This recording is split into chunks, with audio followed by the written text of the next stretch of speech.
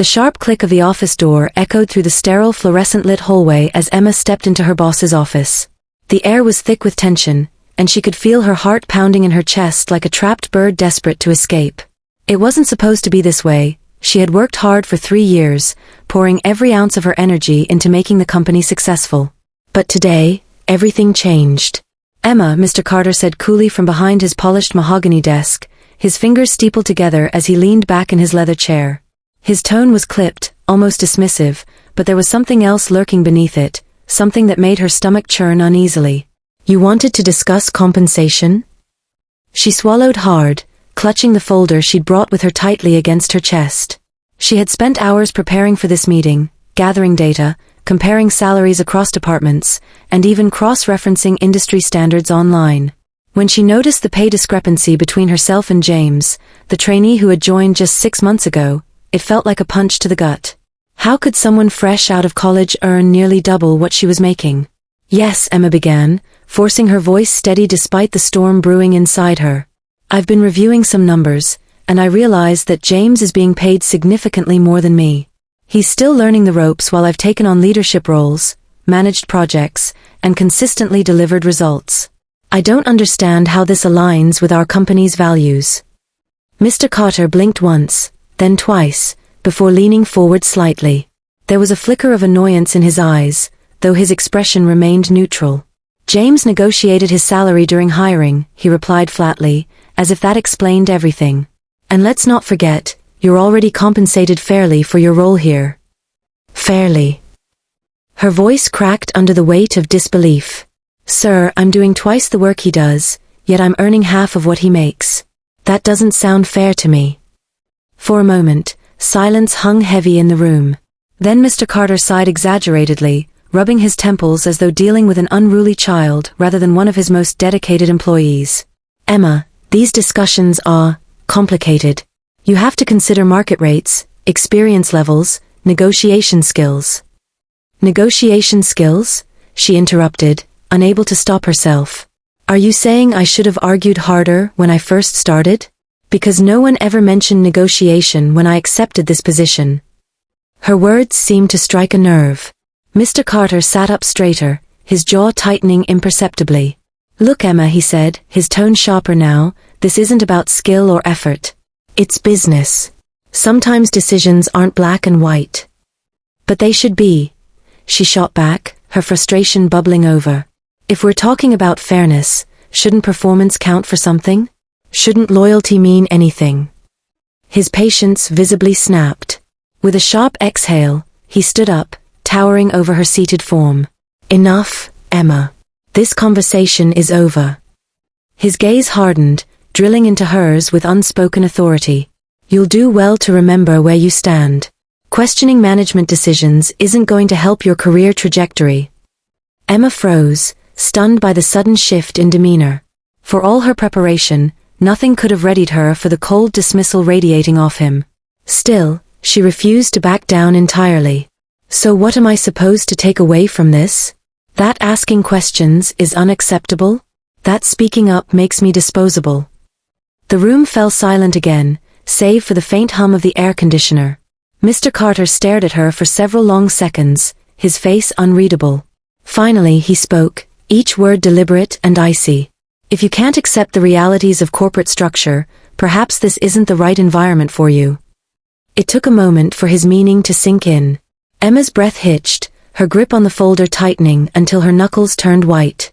"Are you firing me?" He didn't answer directly, instead turning toward his computer screen and typing something swiftly. The clatter of keys filled the oppressive quiet. After a few moments, he printed a document and slid it across the desk toward her. A termination letter. Her name stared back at her in bold font, mocking her with its finality. Shock gave way to anger, which quickly morphed into something darker, a mixture of betrayal and indignation. She looked up at him, searching his face for any sign of remorse or hesitation. There was none. Just cold pragmatism staring back at her. "This is ridiculous," she muttered, rising shakily to her feet.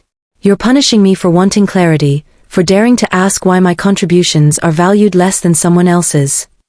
"You're entitled to your opinion," he said dismissively, avoiding eye contact as he returned to his paperwork. But the decision stands. Emma's hands trembled as she picked up the letter, folding it carefully and slipping it into her bag. Words failed her, fury burned too brightly to articulate anything coherent. Instead, she turned on her heel and walked out of the office, leaving behind the space that had once been her sanctuary. As she moved through the familiar corridors, colleagues glanced up curiously from their desks, sensing the weight of whatever had transpired. Some offered sympathetic smiles, others quickly averted their eyes, unwilling to get involved. None of them mattered anymore, not their whispers, not their pity. All Emma could think about was how wrong it all felt, how unfair and unjustified her dismissal was. By the time she reached the elevator, tears pricked at the corners of her eyes, but she refused to let them fall. Not here. Not now. Swallowing past the lump in her throat, she pressed the button and waited, replaying the conversation in her mind. Every word he'd said, every condescending glance, every dismissive gesture replayed on loop, fueling her growing sense of determination. When the elevator doors opened, she stepped inside and jabbed the button for the ground floor. As the car descended, she pulled out her phone and scrolled through her contacts, landing on a name she hadn't dialed in months. Taking a deep breath, she hit call. "Hey Mom," she said, her voice steadier than she expected. "Do you have a minute?" 2 weeks later, Emma found herself sitting across from Sarah, her best friend since college, in a cozy cafe downtown. Steam curled lazily from their coffee cups as they talked over the events of the past fortnight.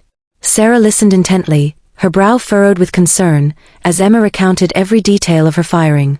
"I can't believe he actually did that," Sarah said finally, shaking her head in disbelief. "Firing you because you asked a legitimate question? That's insane." "It's not just the question," Emma replied bitterly. "It's the principle.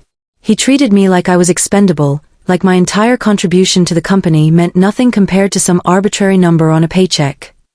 Sarah nodded thoughtfully, stirring her latte absent-mindedly. "Have you thought about what you're going to do next? I mean legally, you might have grounds for wrongful termination." Emma hesitated, tracing the rim of her mug with her fingertip. "I've considered it, but honestly, I don't know if I want to go down that road. Fighting a corporation feels exhausting, and I don't want to spend months, or years, reliving this nightmare in court." "Then what do you want?" Sarah prodded gently. "Because sitting around stewing won't change anything." Emma paused, letting the question settle. What did she want? Revenge? Justice? Or maybe something bigger? Over the past 2 weeks, she'd spent countless hours reflecting on her career, her passions, and the lessons she'd learned while working for Mr. Carter. And slowly, an idea had begun to take shape, an idea so audacious it scared her. "I want to prove him wrong," she said finally, her voice firm despite the nervous flutter in her chest. "Not just to him, but to everyone who thinks women like me are replaceable. I want to build something better. Something meaningful." Sarah raised an eyebrow, intrigued. "Okay. Care to elaborate?" Emma leaned forward, lowering her voice conspiratorially. "What if I started my own consulting firm? One that focuses on transparency, equity, and empowering employees. We could specialize in helping businesses create fair compensation structures and inclusive workplace cultures. If Mr. Carter represents everything wrong with corporate greed, I want to show people there's another way." For a moment, Sarah simply stared at her, processing the enormity of the plan. Then a slow smile spread across her face. "That's actually brilliant. Scary as hell, but brilliant." "It is scary," Emma admitted, laughing nervously. "I've never done anything like this before. I don't even know where to start." "Well," Sarah said, pulling out her phone, "luckily for you, I happen to know a guy who specializes in startup funding. And another who can help with branding and marketing. You're not alone in this, Em. Whatever you need, I've got your back." Gratitude swelled in Emma's chest, threatening to overwhelm her. "Thank you," she whispered, blinking back tears. "I couldn't do this without you." "You won't have to," Sarah assured her, reaching across the table to squeeze her hand. "Now, let's talk strategy. First things first, you'll need a killer pitch if you're going to convince investors to take a chance on you." Over the next hour, they brainstormed feverishly, sketching out ideas for logos, mission statements, and target clients. By the time they left the cafe, Emma's notebook was filled with scribbles and diagrams, and her mind buzzed with possibilities. For the first time since her firing, she felt a spark of hope, a glimmer of excitement about the future. But as she climbed into her car and drove home, reality began to creep back in. Starting a business wouldn't be easy, especially without prior experience. She'd have to navigate legal hurdles, secure funding, and compete against established firms. And then there was the emotional toll, facing rejection, doubt, and fear at every turn. Still, as daunting as it all seemed, she couldn't shake the conviction that this was the right path. Mr. Carter may have tried to silence her, but in doing so, he'd unknowingly ignited a fire within her, a fire that refused to be extinguished. That night, as she lay in bed staring at the ceiling, Emma allowed herself to dream. She envisioned a world where companies prioritized fairness over profit, where employees felt valued and heard, and where leaders were held accountable for their actions. It was a lofty goal, perhaps even naive, but she believed in it wholeheartedly.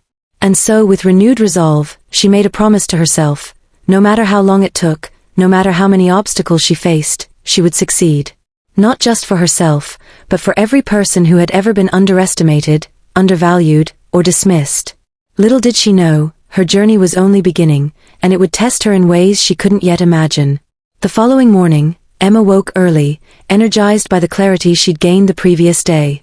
She brewed a strong cup of coffee and settled at her kitchen table with her laptop, ready to dive headfirst into research. Hours passed in a blur as she scoured articles, watched webinars, and jotted down notes on everything from market analysis to operational costs. By lunchtime, her head was spinning, but she felt oddly exhilarated. Around mid-afternoon, her phone buzzed with a text from Sarah. "Check your email," it read cryptically. Curious, Emma opened her inbox and found a message from someone named Daniel Harper, introducing himself as a venture capitalist specializing in socially conscious startups. According to Sarah, he was eager to hear Emma's pitch. Her heart skipped a beat. This was it, the first real step toward turning her vision into reality. Taking a deep breath, she composed a reply, thanking him for reaching out and requesting a meeting. Within minutes, he responded, suggesting they meet the following week. As the days leading up to the meeting flew by, Emma poured every ounce of her energy into perfecting her presentation.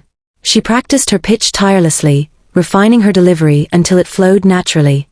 She designed a sleek slide deck showcasing her proposed services, target demographics, and projected growth. And she rehearsed answers to potential questions, anticipating every possible objection. Finally, the day of the meeting arrived. Dressed in her sharpest blazer and armed with confidence, Emma entered the sleek glass building housing Daniel's firm. The receptionist greeted her warmly and escorted her to a conference room, where Daniel awaited her. "Emma," he said, standing to shake her hand. "It's great to meet you. Sarah speaks very highly of you." "Thank you for seeing me," she replied, smiling despite the nerves bubbling in her stomach. "I really appreciate the opportunity." They sat down, and after brief introductions, Emma launched into her pitch. She spoke passionately about her experiences, her frustrations with traditional corporate structures, and her vision for a more equitable future. She highlighted case studies of companies that had thrived by prioritizing employee satisfaction and shared preliminary data supporting her model. To her relief, Daniel listened intently, nodding along and occasionally jotting notes. When she finished, he leaned back in his chair, studying her thoughtfully. "You're clearly passionate about this," he said after a pause. "But passion alone won't guarantee success. Have you considered the risks involved?" Emma nodded, unfazed. "Absolutely. Starting a business is inherently risky, but I've done my homework. I've identified key markets, developed contingency plans, and built a network of mentors who can guide me through challenges. I know it won't be easy, but I also know it's worth it." Daniel smiled faintly, impressed by her poise. "All right," he said, tapping his pen against the table. "Let's talk numbers. What kind of funding are you looking for, and how do you plan to use it?" For the next hour, they delved into specifics, discussing budgets, timelines, and scalability. By the end of the conversation, Daniel seemed genuinely intrigued, though he stopped short of making any promises. "I'll need some time to review your proposal," he said as they wrapped up. "But I like what I'm hearing so far. Let's stay in touch." As Emma left the building, she felt a surge of optimism. While nothing was guaranteed, The fact that Daniel had taken her seriously was a victory in itself. More importantly, she realized she had proven something to herself. She was capable of stepping outside her comfort zone and pursuing her dreams, no matter how daunting they seemed. Over the next few weeks, Emma threw herself into networking, attending industry events and connecting with professionals who shared her values. Slowly but surely, her vision began to gain traction. People were drawn to her authenticity and commitment, and many offered their support in various forms, whether through advice, introductions, or partnerships. One evening, as she reviewed emails from potential collaborators, a notification popped up on her phone. It was from LinkedIn. Mr. Carter had posted an article praising his company's recent successes, boasting about record profits and expanded operations. Attached was a photo of him standing proudly beside James, the same trainee whose salary had sparked Emma's downfall. A bitter laugh escaped her lips. For all his arrogance, Mr. Carter hadn't realized the irony of his post. His company's so-called success was built on exploitation and inequality, the very issues Emma was determined to dismantle. With renewed determination, she closed the app and returned to her work. Someday she vowed she would prove to him, and to the world, that true success wasn't measured in dollars and cents, but in the impact you made on people's lives. And when that day came, she intended to make sure he regretted ever doubting her. Months passed, and Emma's consulting firm began to take shape.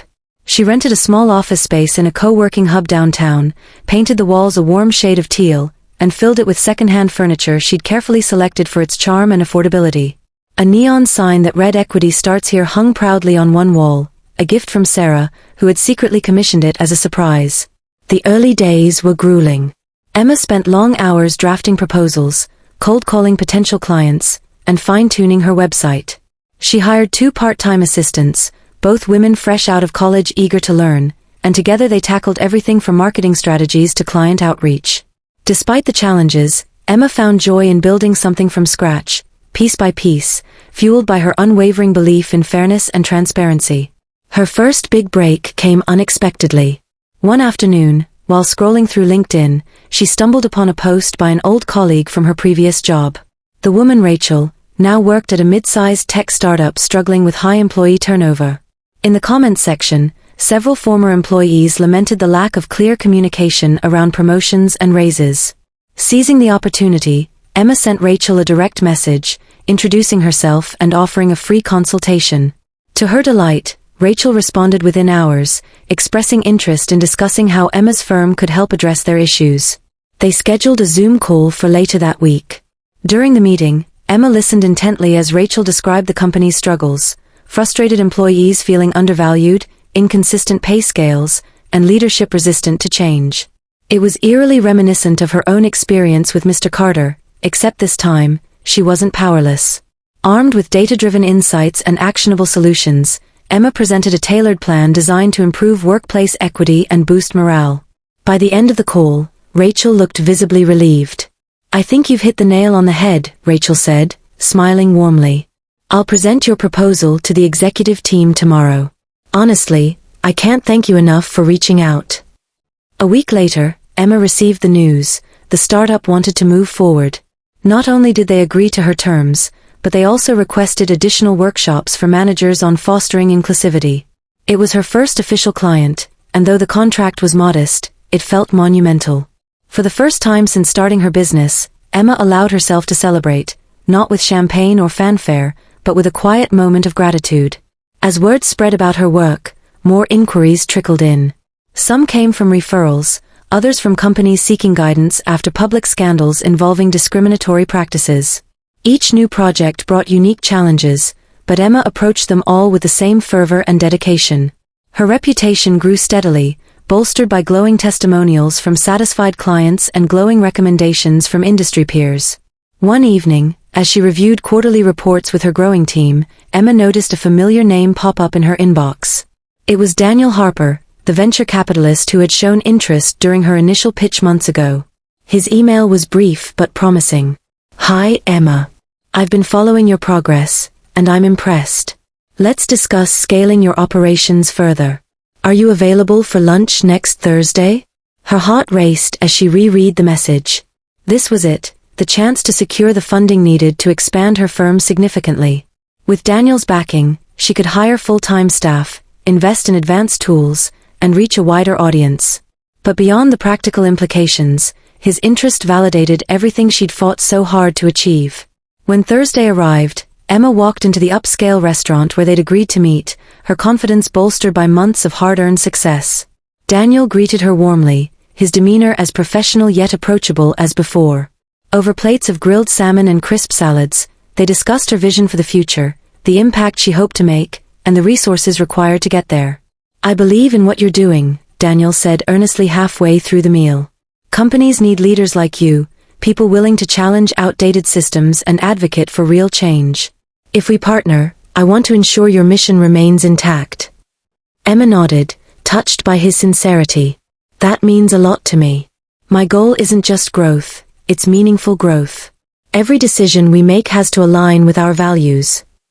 By the end of the meeting, they shook hands on a tentative agreement. While the details still needed finalizing, Daniel assured her he'd expedite the process. As Emma left the restaurant, she couldn't help but feel a sense of vindication. All those sleepless nights, moments of doubt, and sacrifices were finally paying off. But amidst the triumph, memories of her former boss lingered. Occasionally, she'd catch glimpses of updates from his company online, boasting headlines about record revenues and expansion plans. Yet beneath the glossy facade, cracks were beginning to show. Employee reviews painted a grim picture: toxic culture, favoritism, and plummeting morale. Rumors swirled about internal conflicts and key departures. Though Emma tried not to dwell on it, she couldn't deny the satisfaction of knowing karma was slowly catching up to him. Then, one fateful morning, fate intervened in a way she never anticipated. As she scrolled through her emails over breakfast, a subject line caught her eye: urgent consultation request. The sender? None other than James, the very trainee whose inflated salary had sparked her firing. Confused but intrigued, Emma opened the email. James explained that he'd recently left Mr. Carter's company due to mounting dissatisfaction with its management style.